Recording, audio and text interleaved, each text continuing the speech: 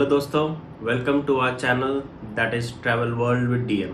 मैं हूं देविष्ट और मैं इस वीडियो में आपको लेकर जा रहा हूं हमारी बहुत ही अमेजिंग ट्रिप में, जो कि थी फुकेत और कराबी थाईलैंड की। ये जो वीडियो है ये मैंने ट्रिप से आने के बाद बनाया है, तो इसलिए मैं आपको अपना पूरा असली रियल एक्सपीरियंस जो था वो बताऊँगा, ऑनेस्ट रिव्यूज़ और एकदम जो मुझे अच्छा लगा और जो नहीं लगा वो सब आपको मैं बताऊँगा। तो आप इस वीडियो को एंड तक ज़रूर देखें, और अगर आपको हमारे वीडियोस अच्छे लगते हैं तो हमारे चैनल को ज़रूर सब्सक्राइब करें, लाइक करें, जिससे हमें मोटिवेशन मिलती है आगे वीडियोस बनाने की। सो थाईलैंड जो कि है वो बेसिकली मैं इंडियंस के लिए दो पार्ट में डिवाइड कर सकता हूँ। एक है आपका बैंकॉक और पटाया, और एक दूसरी साइड है कराबी और फुकेत की। सो बैंकॉक और पटाया की अगर मैं बात करूँ तो वो फेमस है अपने शॉपिंग के लिए, स्ट्रीट फूड के लिए, टेम्पल्स के लिए, नाइट लाइफ के लिए। अगर आपको पार्टी करना पसंद है तो that is the place to be. Clubs बहुत है वहाँ पे। एंड सेकंड आपका जो पार्ट है पटाया एंड कराबी का।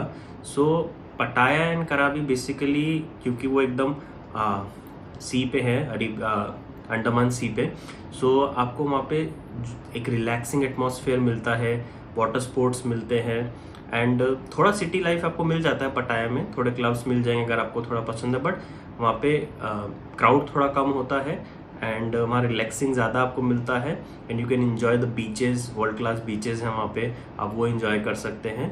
सो अगर आप थोड़ा सा रिलैक्सिंग ट्रिप चाहते हैं, थोड़ा क्राउड से दूर, ऑल्दो क्राउड वहाँ पे बढ़ने लग गया है डिपेंडिंग आप किस सीज़न में गए हैं, तो Pattaya and Krabi is the place to be. So season Thailand throughout the year आप कभी भी जा सकते हैं। It is a 12 month country, लेकिन थोड़ा सा आप पहले चेक कर लें।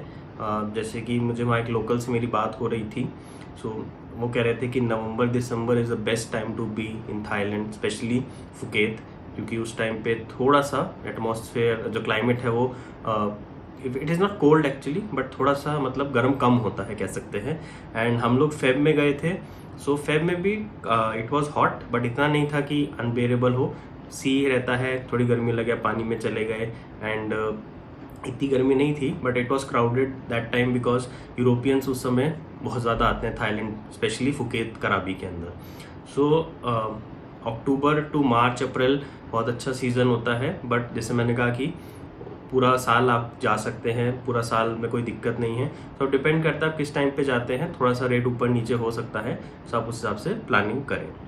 अब आता है हमारी फ़्लाइट, जो कि हमारे किसी भी ट्रिप की, इंटरनेशनल ट्रिप की स्पेशली एक बहुत बड़ा मेजर पार्ट होता है उसका एक्सपेंस ऊपर नीचे करने के लिए। सो फुकेत जो है वो आपको अगर आप थोड़ा सा सही से 3-4 महीने पहले, ज़्यादा महीने पहले नहीं, बट 3-4 महीने पहले अगर आप बुक करते हैं, सो आपको 22,000 में रिटर्न फ्लाइट मिल सकती है फ्रॉम दिल्ली। और अगर आप किसी और सिटी से जा रहे हैं जैसे कि कोलकाता है या चेन्नई है, तो आपको हो सकता है 15-16 हज़ार के अंदर return flight direct from that city to Phuket. From Delhi to Phuket मैं बता रहा हूँ 22,000 रुपये की।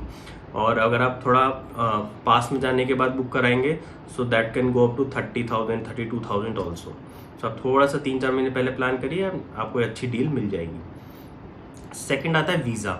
सो पहले थाईलैंड में इंडियंस के लिए वीज़ा ऑन अराइवल था, एंड उसके अंदर आपको अराउंड 2200 to 2500 भात, जो कि वहाँ की करेंसी है, वो देना पड़ता था। दैट इज़ एक भात इज़ रफली 2.5 रुपीज़। सो आपको 6,000 रुपये के आसपास 5,500-6,000 रुपये का वीज़ा का देना पड़ता था। बट अब थाईलैंड ने इंडिया को वीज़ा एग्जम्प्ट कर दिया है। सो वीज़ा एग्जम्प्ट का मतलब होता है कि आपको ना कोई फ़ीस देनी है, ना कोई प्रोसेस करना है। सो पहले बेसिकली क्या होता था कि आप वहाँ जा रहे हैं, आपको अपने डॉक्यूमेंटेशन देने हैं, आपको सब कुछ देना है, एंड वो अपना प्रोसेस करेंगे, और आधा 1 घंटा 2 घंटे बाद आपको वीज़ा इशू करेंगे। तो उसमें टाइम भी लगता था, एफर्ट भी लगता था, और पैसा भी लगता था। अब थाईलैंड ने इंडियंस के लिए स्पेशली वो सब कुछ हटा दिया है। आप जाइए सीधा इमिग्रेशन में अपने टिकट, पासपोर्ट दीजिए, एंड आप अपने जा सकते हैं थाईलैंड में। अभी 1 मई 2025 से थाईलैंड ने एक डिजिटल कार्ड नाम से एक इशू किया है, जो कि आपको ऑनलाइन जाके अपनी डिटेल उसमें सारी फिल करनी है, हेल्थ डिक्लेरेशन देनी है, एंड उसके बाद ऑनलाइन ही आपको एक इलेक्ट्रॉनिक कंफर्मेशन वो लोग देंगे। उस कंफर्मेशन को लेके आपको इमिग्रेशन के टाइम जाना है, उसको देख के ही वो आपको आगे जाने देंगे। So before going to Thailand आप उस डिजिटल कार्ड को ऑनलाइन फिल कर लें अपने लिए, अपने फैमिली जो भी जा रहा है सबके लिए, एंड वो इलेक्ट्रॉनिक कंफर्मेशन का या तो प्रिंट आउट ले लीजिए या फिर मोबाइल में लेके आप जाइए, एंड वहाँ पे आप उनको दीजिएगा तो आपको फास्ट प्रोसेस हो जाएगा। होटल्स जो हो हैं थाईलैंड के अंदर फुकेत कराबी में, सो फुकेत में थोड़े आपको सस्ते होटल मिल जाएंगे, जो कि 2 स्टार 3 स्टार होटल होंगे, आपको 2000-3000 तक में आराम से मिल जाएंगे। अगर आपको 4 स्टार या 5 स्टार चाहिए तो अपर रेंज की तो कोई लिमिट नहीं है, बट आपको 8000-10,000 के अंदर पर डे के ट्विन शेयरिंग के हिसाब से मैं बता रहा हूँ आपको रूम मिल जाएगा। एंड जो फूड है वो थाईलैंड में जो कॉस्ट है वो आपको मोरलेस इंडियन कॉस्ट के बराबर ही लगेगी। थाई फूड ऑफकोर्स सस्ता होगा वहाँ पे, स्ट्रीट फूड आप खाएंगे तो, एंड अगर इंडियन खाना चाहेंगे तो बहुत ऑप्शंस मिलते हैं इंडियन रेस्टोरेंट्स के आपको वहाँ पे, लेकिन थोड़ा सा वो आपके लिए कॉस्टली होगा। थर्ड पार्ट होता है कन्वेंस, लोकल आप कैसे मूव करते हैं। सो वहाँ पे आपके जैसे इंडिया में उबर ओला चलती है, वहाँ पे आपकी ग्रैब एंड बोल्ट नाम से ऐप है वो चलती हैं। सो आप उनको यूज़ कर सकते हैं, उसमें बहुत अच्छी सर्विस आती है, कार्स बहुत अच्छी आती हैं। हमने किया था तो एक बार तो फॉर्च्यूनर भी आ गई थी उसके अंदर, एंड लोकल टुक टुक भी आप यूज़ कर सकते हैं। टुक टुक आपको बेसिकली फुकेत और कराबी में तो कम मिलती है, लिमिटेड है, बट जैसे बैंकॉक में बहुत फेमस है वो। एंड लोकल ट्रांसपोर्टेशन के लिए वहाँ पे पब्लिक ट्रांसपोर्ट बहुत ज़्यादा अच्छा नहीं है, तो आपको कैब्स ही करनी पड़ेंगी, तो वो एक कॉस्ट आपकी हो सकती है, जो आपको 8 से 10,000 फॉर 2, मतलब फॉर इंडिविजुअल आप करें तो 4-5 हज़ार रुपये आपको अपने उसके रख के चलने चाहिए। सो 5 से 6 दिन के ट्रिप की आपको मैं ये डिटेल बता रहा हूँ।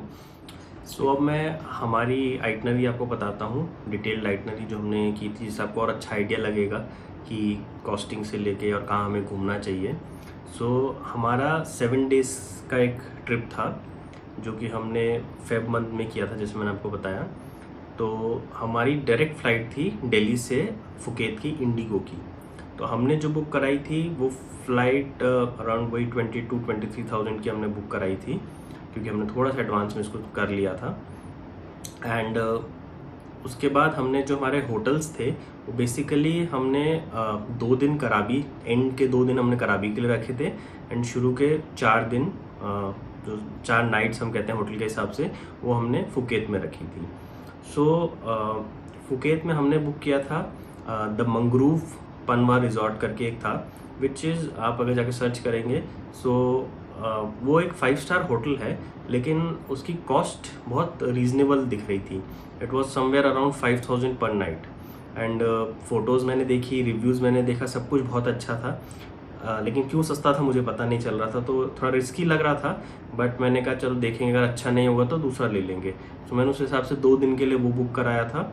एंड जब हम वहाँ गए, so it was very good. Sea beach के ऊपर था वो, and rooms were very good, clean, बहुत एमिनिटीज़ थी, सब कुछ था, swimming pool, everything was there. So कोई ऐसा रीज़न नहीं था। जो एक मुझे चीज़ लगी हुई था कि थोड़ा सा वो आउटर में था, ज़्यादा भी नहीं था, थोड़ा सा था, जो कि इतना कोई, क्योंकि हम कैब से ही गए थे तो इतना कोई इशू नहीं था। सो मुझे वो बहुत अच्छा लगा होटल, रीज़नेबल रेट लगा, एंड फूड भी इसका ठीक था। मतलब हमने ज़्यादा ट्राई नहीं किया लोकल फूड तो होटल का, लेकिन जितना थोड़ा बहुत ट्राई किया था दैट वाज गुड। सो हमने 2 दिन वो बुक किया था। एक दिन हमने पुलमैन किया था, Pullman Panwa beach. So that was a bit costlier, that was around 30,000 per night का था वो सिर्फ इसलिए किया था कि मेरे बेटे का बर्थडे था। सो जो हम एक्चुअली सेलिब्रेट करने गए थे, तो इसलिए हमने एक दिन अच्छा होटल, काफ़ी अच्छा होटल बुक करने का सोचा था।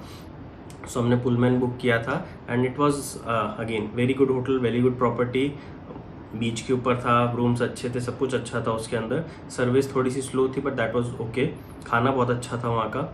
एंड उसके बाद हमने, तो ये जो 2 होटल थे ये फुकेत के बाहर की साइड थे। ओल्ड फुकेत, एक मेन जो इसका पुराना फुकेत है, that is like the main Phuket, and बाकी ये जो पटांग बीच, पनवा बीच, ये सारे बीचेस हैं, ये थोड़े आउटर में पड़ते हैं। एंड इसके बाद हमने एक नोवोटेल बुक कराया था, जो कि ओल्ड फुकेत के अंदर था। उस वो अच्छा था क्योंकि थोड़ा एम्बियंस चेंज हुआ वहाँ के लिए। हम बीचेस पे रुक रहे थे, वहाँ थोड़ा सा सिटी का फील था। एंड कराबी में हम रुके थे द एलिमेंट के अंदर।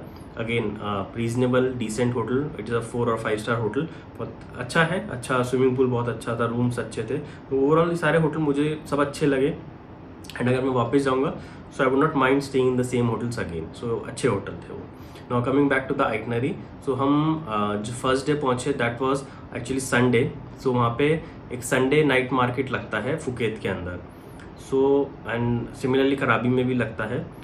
फुकेत में हम पहुँचे, हम दिन में अराउंड 2 o'clock हमने लैंड किया फुकेत में, सब प्रोसेस किया। सो एक टिप है इसके अंदर कि जैसे आप फुकेत में करेंगे सो वहाँ क्राउड है तो लाइन बहुत लंबी होगी इमिग्रेशन की।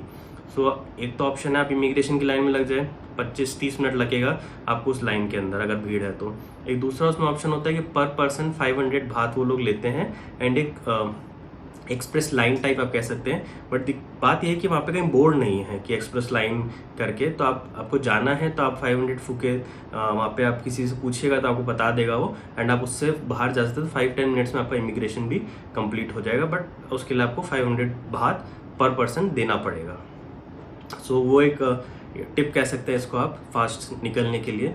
सो वहाँ से हमने ग्रैब ऐप के थ्रू, क्योंकि हमारे पास सामान थोड़ा ज़्यादा था तो हमने एक मिनी वैन टाइप बुक करी थी एंड उसके से हम अपने होटल दैट वाज द मंगरूव पनवा बीच रिजॉर्ट वहाँ गए। वहाँ जाके हमने थोड़ा रिलैक्स किया एंड वहाँ से कैब करके हम आ गए संडे नाइट मार्केट। तो Sunday night market is actually a happening place. मतलब सिंपल ऐसी नाइट मार्केट कहने के लिए नहीं है, म्यूज़िक होता है, स्ट्रीट फूड है, शॉपिंग के लिए अलग अलग ऑप्शन है रीजनेबल रेट के अंदर। जैसे स्ट्रीट मार्केट किसी भी जगह पे होते हैं वैसे ही हैं, थोड़ा और अच्छे से ऑर्गेनाइज्ड है। एंड वहाँ पे आपको इंडियन रेस्टोरेंट्स भी बहुत सारे मिल जाएंगे। अमृतसर ओल्ड टाउन करके है, इंडियन ओल्ड टाउन करके है। तो बहुत सारे आप गूगल पे सर्च करेंगे या फिर आप वैसे भी देखेंगे तो आपको कहीं ना कहीं इंडियन रेस्टोरेंट मिल ही जाएंगे। सो वो आप खा सकते हैं, मतलब ट्राई कर सकते हैं। लेकिन अगर आप स्ट्रीट फूड ट्राई करेंगे तो आपको अच्छा एक्सपीरियंस मिलेगा। तो आप थाई स्ट्रीट फूड ट्राई करिए, वो इकोनॉमिकल भी होगा आपके लिए एंड अच्छा भी होगा। थाईलैंड में फ्रूट्स बहुत अच्छे मिलते हैं। जैसे हम फेब में गए थे तो वहाँ मैंगोज मिल रहे थे, बहुत टेस्टी मैंगोज थे, dragon fruit and papaya, watermelon सब बहुत फ्रेश और अच्छा मिल रहा था वहाँ पे। सो आप वो फ्रूट्स भी ट्राई कर सकते हैं वहाँ। Next day that was day 2, हम लोग गए थे वहाँ पे रॉक बीच स्विंग करके एक जगह है, जो कि बेसिकली एक सेटअप है फॉर फोटोग्राफी, जिसमें एक थोड़ा सा हिली एरिया पे वो आप जाते हैं एंड बैकग्राउंड में आपके सी है। वहाँ पे उन्होंने स्विंग लगा, अलग अलग प्रॉप्स लगा रखे हैं, जिसमें एक स्विंग प्रोमिनेंट है, जो कि एक बाली में जो स्विंग है उसको थोड़ा सा रेप्लिकेट करने की कोशिश करी गई है।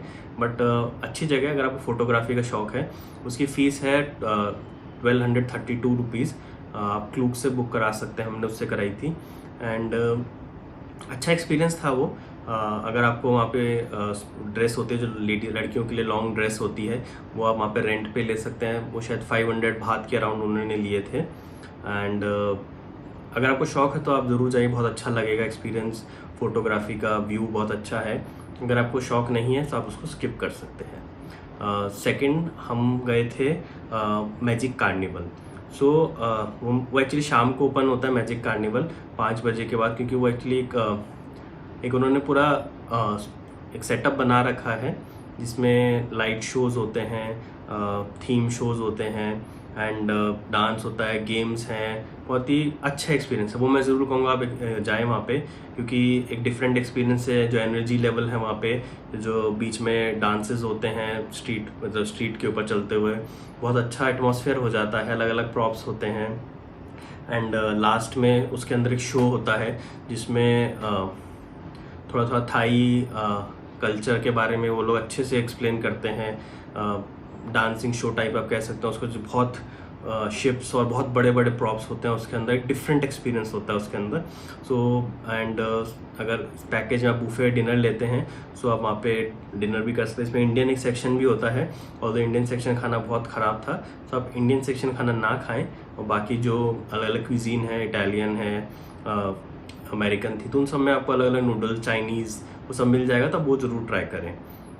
इसकी फ़ीस रफली 6,500 थी, डिपेंडिंग आप क्या क्या लेते हैं। तो इसमें आप एक नॉर्मल एडमिशन ले सकते हैं कि आप सीधा उस मैजिक कार्निवल एरिया में जाने के लिए, तो दैट इज़ 5,500। फिर डिनर के लिए थोड़ा सा और ऐड होता है। एंड उसमें एक लास्ट का जो शो मैं बता रहा था, उसके अंदर सीट आपकी पीछे रहेगी, आगे उसके लिए एक एडिशनल फ़ीस लेते हैं। सो आप वो भी फ़ीस ज़रूर पे करें, क्योंकि जितना आगे रहेंगे उतना आपको अच्छा दिखेगा और उतना आप अच्छा इन्जॉय कर सकेंगे। सो ये आपकी पूरी शाम इसमें निकल जाएगी। और लेकिन ज़रूर जाएं, अच्छा लगेगा आपको, एक्सपीरियंस बहुत अच्छा है मैजिक कार्निवल। फिर डे 3 पे हम लोग गए थे डॉल्फिन बे। डॉल्फिन बे के अंदर बेसिकली 4 to 5 डॉल्फिन एक एरिया है, पूल एरिया है बड़ा, जिसमें डॉल्फिन्स हैं, उनके इंस्ट्रक्टर्स हैं, वो अलग अलग आपको एक्ट्स करके दिखाएंगे। एंड अलग अलग आपको एक्टिविटीज़ वहाँ वो डॉल्फिन्स करेंगी। So again a different experience, आप ज़रूर जाएं उसके अंदर। उसकी फ़ीस थी अराउंड 1,600 रुपीज़ उसकी फ़ीस थी। सो आप वो भी ज़रूर जाएं। फिर उसके बाद हम लोग गए थे टाइगर किंगडम। सो टाइगर किंगडम में आपने नाम सुना होगा, थाईलैंड के अंदर फुकेत में फेमस है काफ़ी।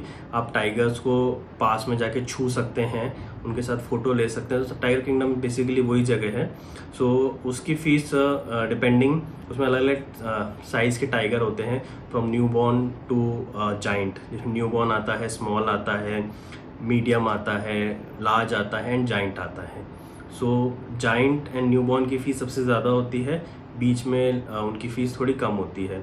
सो दैट मतलब सबसे ज़्यादा जाइंट की न्यू बॉर्न की जो फ़ीस है वो 3,300 के अराउंड होती है। लेकिन उसमें थोड़ी वेटिंग हो सकती है कभी कभी। हमारे टाइम पे तो हम लोग गए थे, जाइंट में बिल्कुल वेटिंग नहीं थी, हम गए और उन्होंने फ़ोटोग्राफी कर दी। सो आप अंदर जाएंगे, वहाँ पे 2-3 लोग रहते हैं, हम आपको बताएंगे कि टाइगर को आपको कैसे छूना है, और वही आपका कैमरा लेके आपकी फ़ोटो ले लेंगे। जो अच्छी फ़ोटो होती है आप उसको देख सकते हैं। एंड अगर आप चाहें तो वहाँ फोटोग्राफर भी होता है, उसका एक अलग से पैकेज होता है, वो आप वहीं पे ख़रीद सकते हैं। सो वो एक एक्टिविटी थी। सो फुकेत में हमने एक्टिविटीज़ में से इतना ही किया। इसके बाद नेक्स्ट डे हम बुलमैन गए और हमने पूरा अच्छे से इंजॉय करा प्रॉपर्टी को, बीच को, क्योंकि बेसिकली बीच ही है वहाँ पे सबसे ज़्यादा। सो आप बीचेस पे जाएं। अगर आपको वाटर स्पोर्ट्स का शौक है तो वहाँ पे स्नॉर्कलिंग, अंडर वाटर डाइविंग और बहुत सारी एक्टिविटीज़ होती हैं, वो आप वहाँ पे पता करेंगे, सो आपको मिल जाएगी वो करने के लिए। इसके बाद हम लोग गए कराबी। हमने यहाँ से फुकेत से कैब करी, कराबी के लगभग 3 घंटे लगते हैं। सो हमने ग्रैब से ही कैब करी थी, ग्रैब या बोल्ट से किसी एक से करी थी हमने। एंड उसके बाद हम वहाँ से गए कराबी। सो कराबी जाते हुए बीच में हमें कैफ़े है जो बहुत इंस्टाग्राम पे बहुत फेमस है, मादू बुआ, प्रोनाउंसिएशन हो सकती है गलत हो मेरी। So basically that cafe is very famous. अगर आप इंस्टाग्राम पे जाएंगे तो आपको उसकी बहुत सी फ़ोटोज़ दिखेगी। अगर आपने फ़ोटो दिखा भी रहा हूँ आपको, सो उसके अंदर लोटस हैं बहुत सारे पानी के अंदर, उस पर फोटोग्राफी होती है। और कैमरामैन भी आपको मिल जाएंगे, अपने फ़ोन से चाहें तो भी आप ले सकते हैं। अगेन वहाँ पे एक तो टिकट लगती है अगर आपको फ़ोटोग्राफी करनी, पहले वो फ्री होता था, बट क्योंकि वो फेमस हो गया है सो उन्होंने उस पर टिकट रख दी है। एंड उसमें भी वेटिंग हो सकती है डिपेंडिंग अगेन कि आप किस सीज़न में गए हैं। सो हम वहाँ से कराबी गए एंड कराबी में हमारा 2 दिन का स्टे था। तो फर्स्ट डे जाके हमने वहाँ पे रिलैक्स किया। जिस होटल में हम रुके थे उसका स्विमिंग पूल बहुत अच्छा था, द एलिमेंट में। सो हमने उसका स्विमिंग पूल एंजॉय किया।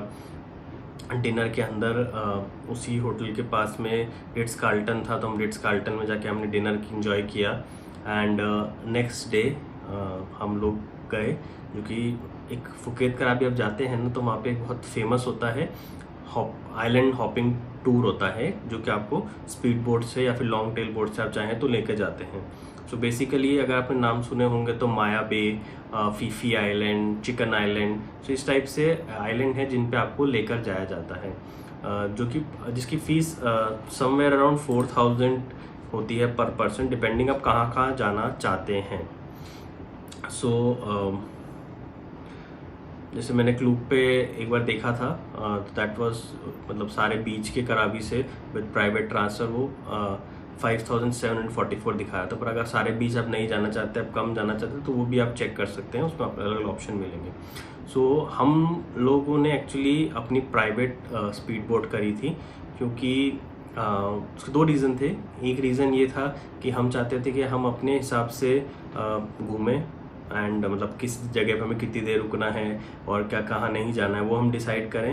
एंड इसका रीज़न ये था कि जो कि हमारा सेकंड रीज़न था कि मेरे से छोटा बच्चा था, तो क्योंकि आप बोट में जाते हैं तो आप बहुत देर 8-9 घंटे की पूरी आइलैंड्स की ट्रिप होती है, सो आप थक जाते हैं बहुत ज़्यादा और बच्चे के साथ तो थोड़ा ज़्यादा एग्जॉस्टिंग हो सकता है। तो इसलिए हमने प्राइवेट अपनी स्पीड बोट करी थी।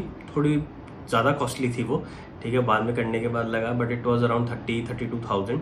हमने वहाँ लोकल जाके ही बुक करी थी, थोड़ी सी बार्गेन करी थी, तो थोड़ा बहुत उन्होंने रिलैक्सेशन दिया था। सो उसके अंदर ये था कि हमने सोचा था कि हम सिर्फ फीफी आइलैंड और माया बे कर लेंगे, जिससे कि हमारा ज़्यादा टाइम नहीं लगेगा। बट उन्हीं 2 आइलैंड को करने में हमें 7-8 घंटे लग गए। बट अगर आप लोग मैं फिर भी सजेस्ट करूँगा, अगर आप लोग 5-6 लोग हैं तो अपना खुद का ही स्पीड बोट करें। एंड अगर आप कपल जा रहे हैं तो फिर आप शेयर करने, अगर आपको सारे आइलैंड करने हैं और अगर आपको सिर्फ एक आइलैंड जाने की फील लेनी है, क्योंकि आइलैंड मोरलेस सब सेम से ही लगते हैं, सो आप एक लॉन्ग टेल बोट होती है वहाँ पे जो कि ज़्यादा दूर नहीं जा सकती, सो आप उसको कर सकते हैं। वो आपको 7-8 के अंदर, या थोड़ा सा और आप करेंगे तो 1-2 आइलैंड और कर लेंगे। चिकन आइलैंड है, बेम्बू आइलैंड है, तो वो लोग उसको कवर कर लेते हैं लॉन्ग टेल बोट में। तो आपके लिए अगर आप कपल हैं या कोई और बच्चा है साथ में, तो 3-4 लोग तक वो उसमें अकोमोडेट आराम से कर लेते हैं। और वो अच्छी है, अच्छी बोट होती है वो भी, लंबी सी लॉन्ग टेल बोट बोलते हैं उसको। उसमें आप जाइए, 1-2 आइलैंड करके आराम से आप आ जाइए, तो 3-4 घंटे में आपका हो जाएगा, रिलैक्सिंग रहेगा। अगर आपको सारे आइलैंड करने का मन है तो आप उससे जा सकते हैं। सो उसमें बेसिकली सबसे फेमस, जैसे मैं बता रहा हूँ, उसमें माया बे है एंड सेकंड आपका फीफी आइलैंड। सो माया बे में एक्चुअली पानी में जाना, क्योंकि वो बायोडाइवर्सिटी कंजर्व कर रहे हैं, सो इसके लिए वहाँ पे आपको पानी में जाना अलाउड नहीं है। सो आप वहाँ जाके बहुत अच्छा लगता है, ऐसी बात नहीं है, बहुत अच्छा व्यू आता है, आप वहाँ जाके फ़ोटोग्राफी कर सकते हैं। एंड बट अगेन वो बहुत ज़्यादा क्राउडेड था, सो आप थोड़ा सा हो सकते हो तो अवॉइड भी कर सकते हैं उसको, अगर आप क्राउडेड सीज़न में जा रहे हैं। अगर आप थोड़ा नॉर्मल सीज़न में जा रहे हैं तो ज़रूर जाएँ वहाँ पे। And second is Phi Phi island. Phi Phi island बहुत अच्छा है, वहाँ जाइए, बहुत सारी एक्टिविटीज़ हैं, बहुत सारे रेस्टोरेंट्स हैं, एंड आप वहाँ जाके थोड़ा टाइम आराम से निकाल सकते हैं। अब पानी के अंदर वहाँ पे फीफी आइलैंड में बहुत सारी स्पोर्ट्स एक्टिविटीज़ भी हैं, कयाकिंग है, स्नॉर्कलिंग है, अंडर वाटर डाइविंग थोड़ा वो ले जाते हैं, तो आप उस टाइप से वहाँ पे बात कर सकते हैं, दिख जाएगा आपको, तो आप वो भी सब कर सकते हैं। और स्नॉर्कलिंग आप जिस बोट से जाएंगे वो लोग सब भी आपको स्नॉर्कलिंग कराते हैं, उनका गियर होता है, वो आपको ये सब कराने के बाद बीच में पानी में ले जाएंगे और आपको वो छोड़ देंगे, जिससे आप थोड़ी अगर चाहें तो आप स्नॉर्कलिंग कर सकते हैं। सो वहाँ से हम करके वापस आए और नेक्स्ट डे हमारी रिटर्न फ्लाइट थी इंडिया के लिए। सो ये हमारी कंप्लीट आइटनरी थी, जिसको आप देख सकते हैं बहुत हमने आराम से, कोई जल्दबाजी ना करके, और लगभग हमने सब कुछ जो हो सकता है वो कवर किया था। एंड अगर आपको जैसे मैंने कहा नाइट लाइफ पसंद है, क्लब जाना पसंद है, तो आप रात को आराम से क्लब जा सकते हैं, नाइट लाइफ एंजॉय कर सकते हैं, स्ट्रीट मार्केट जा सकते हैं। सो ये हमारा कंप्लीट फुकेत कराबी का ट्रिप था। अगर आपको हमारा ये पूरा वीडियो, पूरी इन्फॉर्मेशन अच्छी लगी हो तो आप ज़रूर हमारे वीडियो को लाइक करें, हमारे चैनल को सब्सक्राइब करें, और अगर आपको कोई भी क्वेश्चन हो तो आप हमारे कमेंट्स में डालें एंड आपके फ्रेंड्स के साथ भी शेयर करें। Thank you very much for watching our video.